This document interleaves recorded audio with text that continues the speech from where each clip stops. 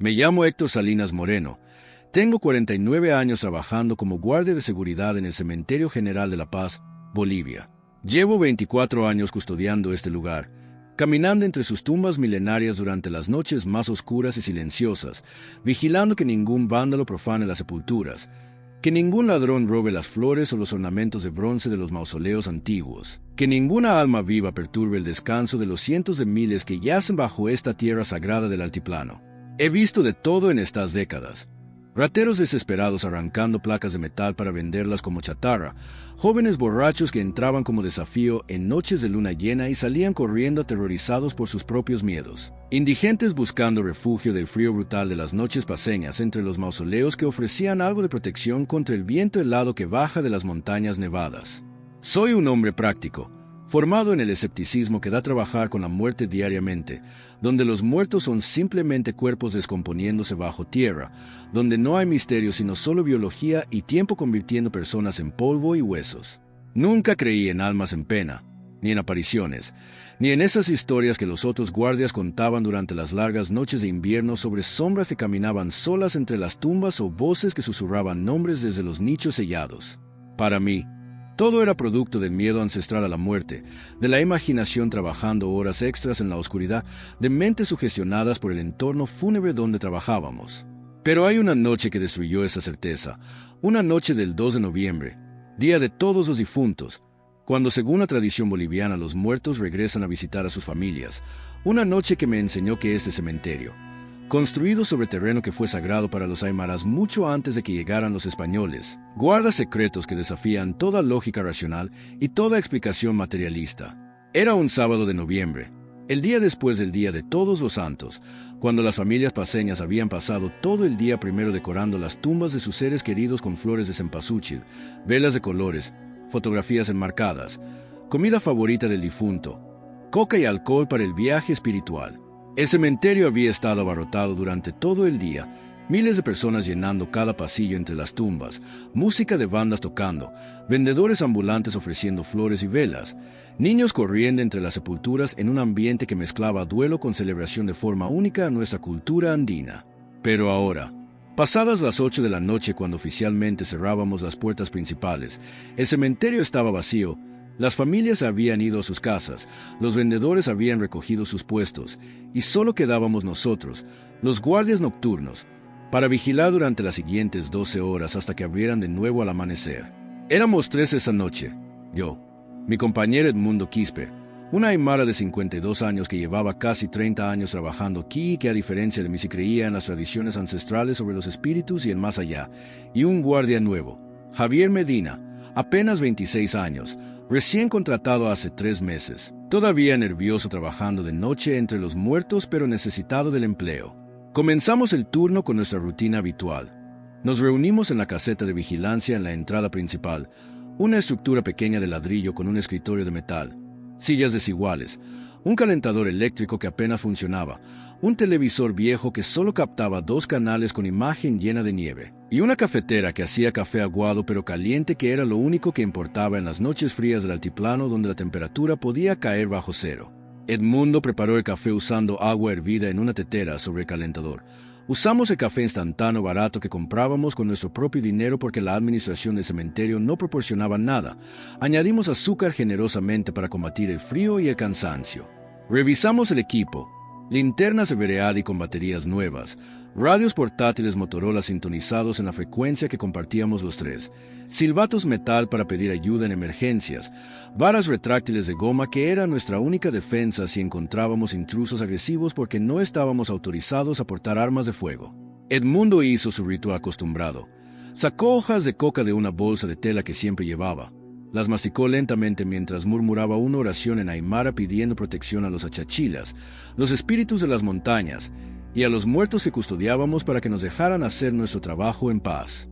Javier se burló suavemente, todavía con esa arrogancia de juventud que cree que todo lo tradicional es superstición ignorante. Pero yo no dije nada porque después de tantos años había aprendido a respetar las creencias de Edmundo incluso si no las compartía. Dividimos el cementerio en 3 sectores para la primera ronda de inspección. Cada uno tomaría una zona. Caminaríamos los pasillos principales y secundarios verificando que todas las tumbas estuvieran intactas, que no hubiera intrusos escondidos, que las velas y flores dejadas por las familias no representaran peligro de incendio. Y nos encontraríamos de vuelta en la caseta en 2 horas para reportar y tomar más café antes de la segunda ronda de la noche.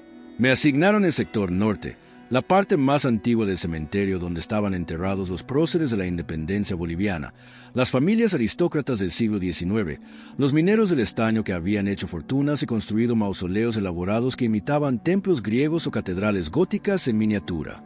Era mi sector favorito porque las tumbas antiguas tenían una belleza arquitectónica que las modernas carecían, y porque generalmente era el más tranquilo. Pocos visitantes venían aquí porque la mayoría de las familias con tumbas en esta sección llevaban décadas o siglos extintas, sin descendientes vivos que las visitaran o mantuvieran. Salí de la caseta alrededor de las 9 de la noche. El cielo estaba despejado mostrando la cruz del sur brillante en la oscuridad. La Vía Láctea visible en toda su gloria porque la pasa a más de 3.600 metros de altura, tiene aire tan claro que las estrellas parecen más cercanas, más brillantes que a nivel del mar. La temperatura ya había caído a cerca de 0 grados. Podía ver mi aliento formando nubes blancas. Sentía el frío penetrando a través de mi chaqueta gruesa de guardia, mis guantes de lana, mi gorro andino de alpaca. Encendí mi linterna y comencé el recorrido. Mis botas crujiendo en el camino de grava, pasando entre hileras de tumbas de todos los tamaños y estilos, desde simples cruces de madera marcando fosas de pobres hasta elaborados mausoleos de mármol con estatuas de ángeles llorosos, vírgenes con manos extendidas, Cristos crucificados mirando hacia el cielo estrellado. Las velas de las familias habían dejado todavía ardían en muchas tumbas, creando puntos de luz anaranjada que parpadeaban en la oscuridad, arrojando sombras danzantes que hacían parecer que las estatuas se movían cuando uno no las miraba directamente. Los primeros 40 minutos fueron completamente normales, rutinarios, casi meditativos en su monotonía predecible. Caminé por los senderos principales del sector norte, verificando las puertas de hierro oxidado de los mausoleos grandes, comprobando que ninguna hubiera sido forzada, apagando velas que se habían caído y podrían incendiar las flores secas o las coronas de papel, recogiendo basura que visitantes descuidados habían dejado. El cementerio estaba en absoluto silencio. Solo el sonido del viento soplando entre los cipreses y pinos plantados décadas atrás, el crujido ocasional de ramas secas, el eco distante de perros callejeros ladrando en los barrios circundantes. Podía ver las luces de La Paz en la distancia, la ciudad extendiéndose por las laderas del valle como un manto de luciérnagas, y más allá, las siluetas oscuras de Illimani y el Huayna Potosí, montañas nevadas que dominaban el horizonte incluso de noche, sus picos blancos reflejando la luz de luna que aún no había salido completamente. Fue alrededor de las 9:40 cuando noté lo primero extraño. Estaba caminando por un sendero secundario flanqueado por tumbas de clase media de principios del siglo XX cuando me di cuenta de que las velas que había visto encendidas hace apenas 10 minutos cuando pasé por esta área en dirección opuesta ahora estaban todas apagadas. Todas ellas, simultáneamente, en un tramo de unos 50 metros, como si alguien hubiera pasado deliberadamente apagándolas. Pero yo no había visto a nadie, no había escuchado pasos ni voces. Y cuando revisé las velas más de cerca, la cera todavía estaba caliente. Los pabilos todavía tenían ese olor característico de mecha recién extinguida. No había sido el viento porque las otras velas en tumbas cercanas seguían ardiendo sin problemas. Pensé tal vez Edmundo o Javier habían pasado por aquí apagándolas por alguna razón de seguridad que no entendía. Pero cuando intenté contactarlos por radio para preguntar, solo recibí estática. La señal muerta a pesar de que los radios habían funcionado perfectamente hace media hora cuando hicimos la prueba de comunicación antes de separarnos. Continué caminando, ahora un poco más alerta, un poco menos cómodo en la oscuridad que normalmente no me molestaba después de tantos años. Llegué a la sección más antigua, donde estaban las primeras tumbas del cementerio que databan de 1880 cuando fue oficialmente fundado, aunque había evidencia de que este terreno había sido usado como sitio funerario mucho antes, posiblemente por culturas precolombinas que habitaron esta región siglos antes de los españoles. Las tumbas aquí eran monumentales, construidas por familias de la élite minera de plata y estaño que habían hecho fortunas obscenas en el siglo XIX, mausoleos de tamaño de casas pequeñas con columnas dóricas, cúpulas de cobre oxidado a verde brillante, puertas de bronce con relieves elaborados, ventanas de vitrales emplomados ahora rotos o faltantes. Muchas de estas estructuras estaban en deterioro avanzado. La administración del cementerio no tenía fondos para mantenerlas y no había descendientes vivos que se hicieran cargo. Entonces se derrumbaban lentamente, el mármol agrietándose, las esculturas perdiendo narices y dedos, las inscripciones desgastándose hasta volverse ilegibles. Y fue aquí, entre estos monumentos al orgullo, la riqueza humana ahora abandonados y olvidados, donde la temperatura cayó abruptamente. En cuestión de segundos, pasé del frío normal de noche de noviembre en el altiplano a un frío glacial que me cortaba la piel expuesta de mi rostro como cuchillas, que hacía que mis dientes castañearan incontrolablemente, que entumecía mis dedos dentro de los guantes hasta el punto donde casi perdí el agarre de mi linterna. Mi aliento ya no era solo vapor, sino nubes densas como si estuviera exhalando humo. Y cuando alumbraba el suelo con mi linterna, podía ver escarcha formándose en la grava, cristales de hielo apareciendo en tiempo real cubriendo las piedras con una capa blanca y brillante. Esto era imposible. La temperatura ambiente estaba alrededor de cero, pero no lo suficientemente fría para crear escarcha tan rápidamente, y además solo estaba ocurriendo en esta área específica. Podía ver que 10 metros más adelante el suelo estaba normal, sin escarcha, sugiriendo que este frío extremo era localizado, antinatural. Entonces escuché las voces. No eran voces normales, sino susurros. Cientos de susurros simultáneos viniendo desde todas direcciones, desde dentro de los mausoleos sellados, desde debajo de las lápidas, desde el aire mismo alrededor de mí. No podía distinguir palabras específicas. Era más una cacofonía de sonidos sibilantes que creaba la impresión de multitudes hablando en voz baja, todas al mismo tiempo, como si estuviera parado en medio de una reunión fantasmal de todos los enterrados aquí. Intenté identificar de dónde venían los sonidos. Giré en círculo iluminando con mi linterna, pero no había nadie visible, solo las tumbas silenciosas y las sombras que mi luz creaba. Intenté nuevamente contactar por radio a Edmundo y Javier, esta vez agregando urgencia a mi voz, pero el radio solo emitía estática mezclada ahora con algo que sonaba perturbadoramente como voces distantes hablando en un idioma que no reconocía, tal vez aymara antiguo o incluso algo más ancestral.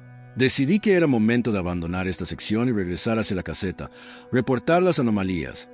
Tal vez había una explicación lógica que simplemente no estaba viendo, tal vez un problema técnico con los radios, tal vez una inversión térmica atmosférica extraña creando el frío localizado. Pero cuando intenté regresar por el camino que había tomado, las rutas del cementerio parecían diferentes. Los mausoleos que recordaba haber pasado ya no estaban en las posiciones correctas. Los senderos giraban en direcciones que no correspondían con mi mapa mental acumulado de 24 años caminando este lugar. Era como si el cementerio se hubiera reconfigurado mientras no prestaba atención, como si los muertos hubieran reorganizado su ciudad de los muertos según sus propias reglas que no tenían que respetar la geografía fija que los vivos esperábamos. Caminé durante lo que sentí fueron 20 minutos, intentando encontrar algún punto de referencia familiar, alguna tumba o estructura que reconociera definitivamente. Pero todo parecía simultáneamente familiar y extraño, como versiones ligeramente alteradas de lugares que conocía. Y las voces susurrantes continuaban, ahora más fuertes, más insistentes, y comenzaba a distinguir algo en ellas, no palabras exactas sin emociones, sentimientos de dolor, de rabia, de súplica, de acusación, como si los muertos estuvieran tratando de comunicar algo importante, pero no podían formar las palabras en el lenguaje de los vivos. Las velas en las tumbas que pasaba se encendían solas cuando me acercaba y se apagaban cuando me alejaba, creando un camino de luz que parecía guiarme hacia algún destino específico que no había elegido conscientemente. Seguí ese camino de velas porque no tenía mejor opción, y me llevó a una parte del cementerio que no reconocía en absoluto a pesar de haber caminado cada centímetro de este lugar miles de veces. Era una sección pequeña, tal vez 20 metros por 20 metros, rodeada por un muro bajo de piedra cubierto de musgo y líquenes, con una entrada marcada por un arco de hierro forjado tan oxidado que parecía que se desmoronaría si lo tocabas. Dentro de este espacio cercado había tumbas que eran completamente diferentes en estilo a todo lo demás en el cementerio. No eran mausoleos europeos ni cruces cristianas, sino montículos de piedra apilada, chulpas en miniatura como las estructuras funerarias precolombinas que todavía existen cerca del lago Titicaca. Evidencia de que este terreno había sido sagrado para los pueblos andinos mucho antes de que los colonizadores españoles establecieran sus propias tradiciones funerarias aquí. Y alrededor de estas tumbas antiguas vi figuras. No eran sólidas sino translúcidas, formas humanas hechas de algo que parecía niebla o humo pero que mantenía coherencia, que se movía con propósito. Había docenas de ellas, todas vestidas con ropas que reconocí de museos y libros de historia, túnicas de lana de alpaca tejidas con patrones geométricos tradicionales aymarás, gorros cónicos con orejeras, mantas amarradas con broches de plata, la vestimenta de gente que había vivido aquí cientos o tal vez miles de años atrás. Las figuras se movían entre las tumbas antiguas con gestos de lamentación, algunas arrodilladas con manos levantadas hacia el cielo, otras caminando en círculos alrededor de los montículos de piedra, todas emitiendo ese susurro colectivo que había estado escuchando, ahora claramente reconocible como llanto, como duelo expresado en un idioma que mi mente consciente no entendía, pero que algo más profundo en mí, tal vez memoria ancestral, reconocía como expresión de pérdida y abandono. Me quedé paralizado en la entrada del recinto, mi linterna iluminando la escena surrealista, mi mente racional luchando contra lo que mis ojos veían claramente. Estas no podían ser alucinaciones porque tenían coherencia, interactuaban entre ellas, respondían al entorno de formas que las alucinaciones típicas no hacían. Pero tampoco podían ser reales porque violaban todas las leyes de la física y la biología que conocía. Entonces una de las figuras se giró hacia mí, una mujer de edad indeterminada con rostro que mostraba rasgos aymarás pronunciados, y aunque sus labios no se movían, escuché su voz directamente en mi mente, no en español sino en aymara que milagrosamente podía entender como si el idioma fuera filtrado a través de mi conciencia y traducido automáticamente. Guardián de los muertos, has caminado sobre nuestras tumbas durante años sin saber que estábamos aquí, sin honrarnos como corresponde en esta noche sagrada cuando los mundos se tocan. Hemos sido olvidados por nuestra propia gente que ahora hablan español y rezan a dioses extranjeros, que nos dejaron sin ofrendas, sin memoria, sin nombre, y cuando se olvida a los muertos completamente, cuando no hay nadie vivo que pronuncie sus nombres, se vuelven inquietos, se vuelven perdidos entre los mundos. Ayúdanos a ser recordados para que podamos finalmente descansar en paz. Antes de que pudiera responder, antes de que mi mente pudiera procesar completamente lo que estaba experimentando, escuché gritos. No de las figuras espectrales, sino gritos humanos, voces que reconocí como las de Edmund y Javier, viniendo desde algún lugar no muy lejano, gritos de terror genuino que cortaban la noche. Mi instinto de años como guardia superó mi miedo. Corrí hacia donde creía que venían los gritos, saliendo del recinto de tumbas antiguas, tropezando en la oscuridad porque mi prisa había soltado mi linterna cuando cayó de mis manos entumecidas por el frío. Corrí guiándome solo por las velas que todavía ardían en algunas tumbas y la luz de estrellas que, aunque brillante, no era suficiente para evitar que tropezara con lápidas bajas y raíces de árboles que sobresalían del camino. Encontré a Edmund y Javier en una plazoleta central del sector este, ambos parados espalda contra espalda en posición defensiva, sus linternas moviéndose frenéticamente iluminando el área alrededor de ellos, sus rostros mostrando terror absoluto. Cuando me acerqué corriendo, Javier casi me golpeó con su vara antes de reconocerme. Estaba temblando violentamente, sus ojos desorbitados, balbuceando incoherentemente sobre cosas que había visto, sombras que se movían solas, manos que salían de las tumbas, rostros que aparecían en las ventanas de los mausoleos. Edmundo estaba más calmado, pero claramente afectado también. Me agarró del brazo con fuerza y me dijo que teníamos que salir del cementerio inmediatamente, que esta noche era diferente, que los muertos no estaban descansando pacíficamente como deberían, sino que estaban activos, conscientes, y que nosotros no deberíamos estar aquí. Intentamos regresar hacia la caseta principal y la salida, pero el cementerio parecía haberse convertido en laberinto deliberadamente diseñado para confundirnos.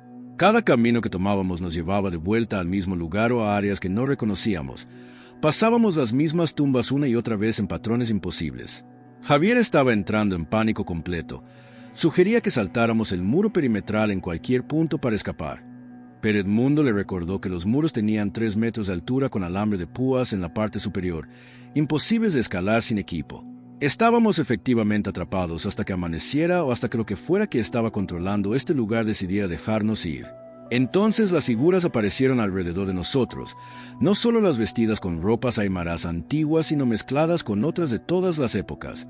Españoles coloniales con armaduras oxidadas y espadas herrumbradas, mineros del siglo XIX con lámparas de carburo y herramientas de pico, soldados de las guerras bolivianas con uniformes rasgados mostrando heridas fatales, mujeres de diferentes eras con vestidos de época todos deteriorados como si hubieran estado bajo tierra por décadas o siglos, niños descalzos con ropas harapientas sosteniendo juguetes rotos. Cientos de figuras translúcidas llenando los espacios entre las tumbas, todas mirándonos con expresiones que mezclaban súplica con acusación, todas participando en ese susurro colectivo que ahora se había vuelto casi ensordecedor. Javier se derrumbó. Cayó de rodillas llorando, rezando en voz alta a un Padre Nuestro entrecortado, pidiendo protección divina. Edmundo sacó más hojas de coca de su bolsa, las esparció en el suelo como ofrenda. Comenzó a hablar en aymara dirigiéndose a las figuras, pidiendo perdón por cualquier falta de respeto, prometiendo que honraría su memoria, que haría lo que fuera necesario para ayudarles a encontrar paz. Y yo, el escéptico, el racionalista que nunca había creído en nada sobrenatural, me encontré arrodillándome también, no en oración cristiana, sino en reconocimiento puro de que estaba frente a algo que trascendía mi comprensión, algo que exigía respeto y humildad. Las figuras comenzaron a moverse hacia nosotros, no de manera amenazante, sino con gestos que invitaban a seguirlas. Edmundo fue primero en levantarse y caminar hacia ellas. Javier y yo lo seguimos sin otra opción real. Nos guiaron a través del cementerio en una procesión solemne, y ahora que caminábamos con ellas en lugar de huir de ellas, el terror comenzó a transformarse en algo más complejo, una mezcla de miedo residual con asombro, con tristeza profunda por estas almas que habían sido olvidadas, con comprensión de que su agitación no nacía de malevolencia, sino de necesidad desesperada de ser reconocidos, de que sus vidas y muertes importaran a alguien. Nos llevaron de vuelta al recinto de tumbas antiguas donde yo había estado antes, pero ahora había más figuras allí, una multitud de espíritus reunidos alrededor de las chulpas de piedra. Y en el centro, había una figura diferente a las otras, más sólida, más presente, un hombre anciano vestido con ropas ceremoniales elaboradas que lo marcaban como Yatiri, un sabio espiritual aymara. Habló, y aunque usaba un idioma que había estado muerto por generaciones, de alguna manera todos entendimos. Nos explicó que ese lugar había sido sagrado mucho antes del cementerio español, que aquí habían enterrado a sus ancestros con ceremonias apropiadas y ofrendas regulares que mantenían el equilibrio entre los vivos y los muertos. Pero cuando llegaron los colonizadores y luego la República moderna, las nuevas generaciones olvidaron las viejas costumbres, dejaron de hacer las ofrendas, dejaron de pronunciar los nombres, dejaron de reconocer que estos muertos antiguos también merecían respeto y memoria. Y sin ese reconocimiento, sin esas prácticas que los mantenían conectados al mundo de los vivos, los espíritus habían quedado atrapados, ni completamente en el reino de los muertos ni capaces de influir en el mundo de los vivos excepto en noches especiales como esta cuando la frontera se adelgazaba. Nos pidió, nos rogó, que contáramos su historia, que hiciéramos saber a la gente de La Paz que bajo el cementerio moderno yacían los ancestros olvidados que fundaron esta tierra, que merecían ser honrados junto con los muertos más recientes, que el olvido era una forma de muerte peor que la física porque borraba no solo el cuerpo sino la memoria misma de que uno había existido. Javier estaba demasiado aterrorizado para procesar completamente lo que estaba pasando. Solo asentía frenéticamente a todo lo que Yatiri decía, desesperado por hacer cualquier cosa que nos permitiera salir vivos de aquí. Pero Edmundo respondió con dignidad. Prometió que él, como aymara que todavía practicaba las tradiciones, haría ofrendas aquí, que enseñaría a otros sobre este lugar sagrado, que se aseguraría de que estos ancestros no fueran completamente olvidados. Y yo, sorprendiéndome a mí mismo, también prometí que documentaría lo que habíamos visto, que hablaría con la administración del cementerio sobre proteger estas tumbas antiguas, sobre poner placas explicativas que educaran a los visitantes sobre la historia precolombina de este sitio. El Yatiri asintió, pareció satisfecho con nuestras promesas y levantó sus manos en un gesto de bendición. Las figuras espectrales alrededor de nosotros comenzaron a desvanecerse, no desapareciendo abruptamente, sino disolviéndose gradualmente como niebla bajo el sol matutino, sus susurros disminuyendo hasta convertirse en silencio. El frío extremo se disipó, la temperatura volviendo normal, y de repente nuestros radios craquelaron de vuelta a la vida con estática normal, la señal restaurada.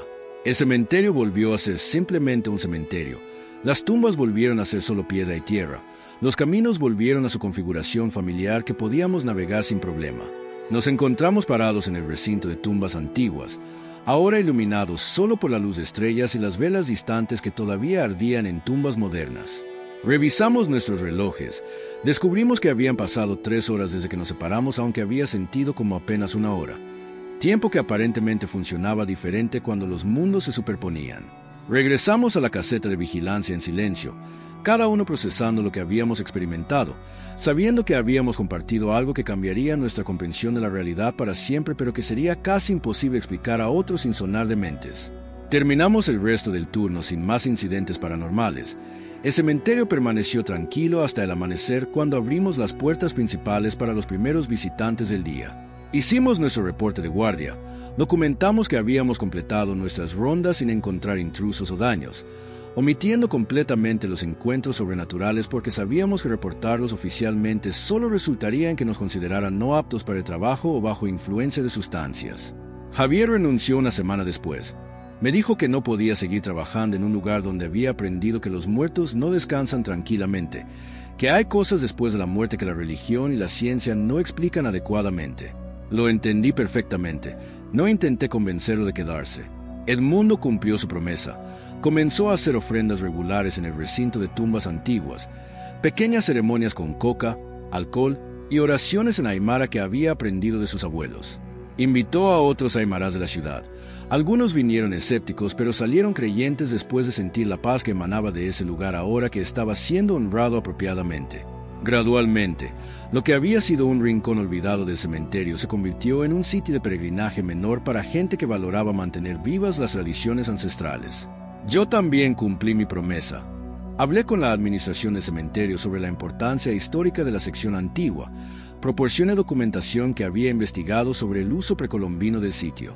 Tomó años de burocracia y peticiones, pero eventualmente logramos que pusieran placas informativas explicando que el cementerio general había sido construido sobre terreno que los pueblos aymaras habían considerado sagrado desde antes de la conquista española, que las tumbas más antiguas en el sitio predataban la fundación oficial del cementerio por siglos. Pequeñas victorias, reconocimientos modestos, pero suficientes para que los espíritus que habíamos encontrado esa noche parecieran finalmente encontrar algo de paz. He continuado trabajando como guardia de cementerio. Ahora llevo 28 años en el puesto, pero mi perspectiva cambió completamente esa noche. Ya no camino entre las tumbas como simple vigilante de propiedad, sino como custodio de memoria, entendiendo que cada tumba representa no solo un cuerpo, sino una vida vivida, historias que merecen ser recordadas, conexiones con los vivos que no deben romperse completamente solo porque el corazón dejó de latir. Desarrollé mis propios rituales. Cada 2 de noviembre hago una pequeña ofrenda en el recinto de tumbas antiguas, no porque me haya vuelto religioso o supersticioso, sino como reconocimiento de que hay aspectos de la existencia que mi mente racional no puede explicar completamente, pero que merecen respeto de todas formas.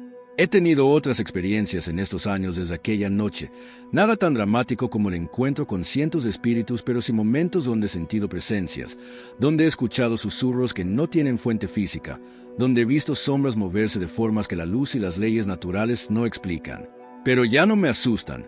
Las entiendo como recordatorios de que este cementerio es más que espacio físico, es frontera entre mundos.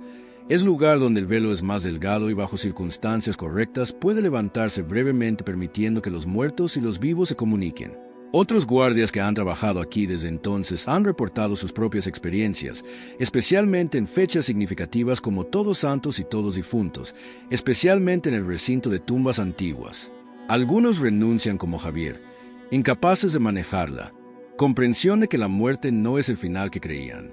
Otros como Edmundo abrazan el conocimiento, lo incorporan en sus prácticas espirituales.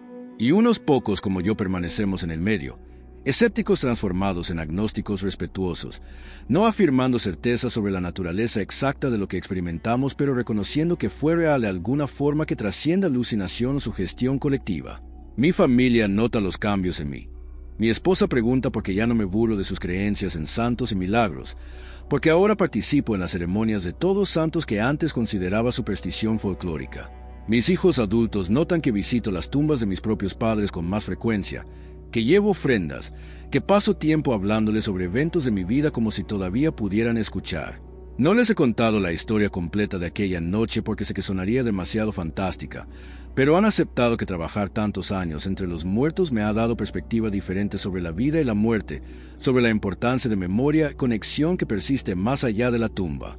He investigado la historia del cementerio obsesivamente, pasando horas libres en archivos municipales, leyendo crónicas coloniales, consultando con arqueólogos y antropólogos sobre los sitios sagrados aymaras precolombinos en el área de La Paz.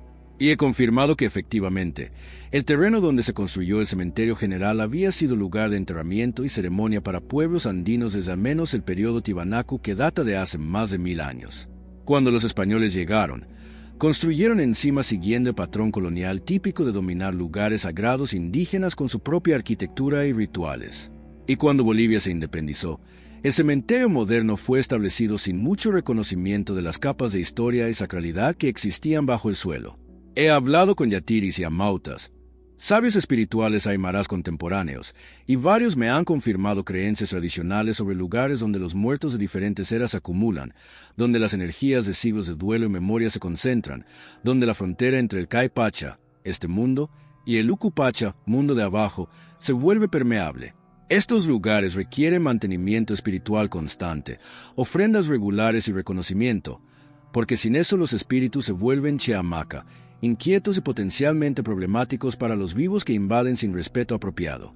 Vivo ahora con el conocimiento de que mi trabajo durante casi 3 décadas no ha sido simplemente vigilar contra vándalos y ladrones, sino servir sin saberlo como guardián de una frontera espiritual, como mediador involuntario entre los vivos que visitan durante el día y los muertos que permanecen siempre. Es responsabilidad que no elegí conscientemente, pero que ahora acepto con seriedad que nunca tuve antes de aquella noche.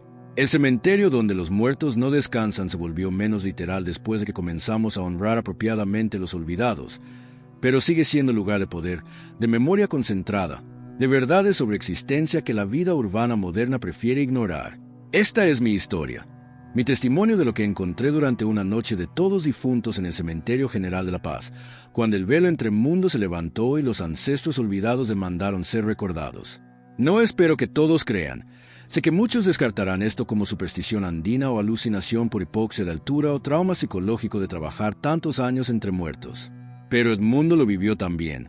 Javier huyó aterrorizado de la misma experiencia, y hay evidencia física en las placas que ahora marcan el recinto antiguo, en las ofrendas que aparecen regularmente allí dejadas por gente que ha sentido la presencia de algo sagrado en ese espacio.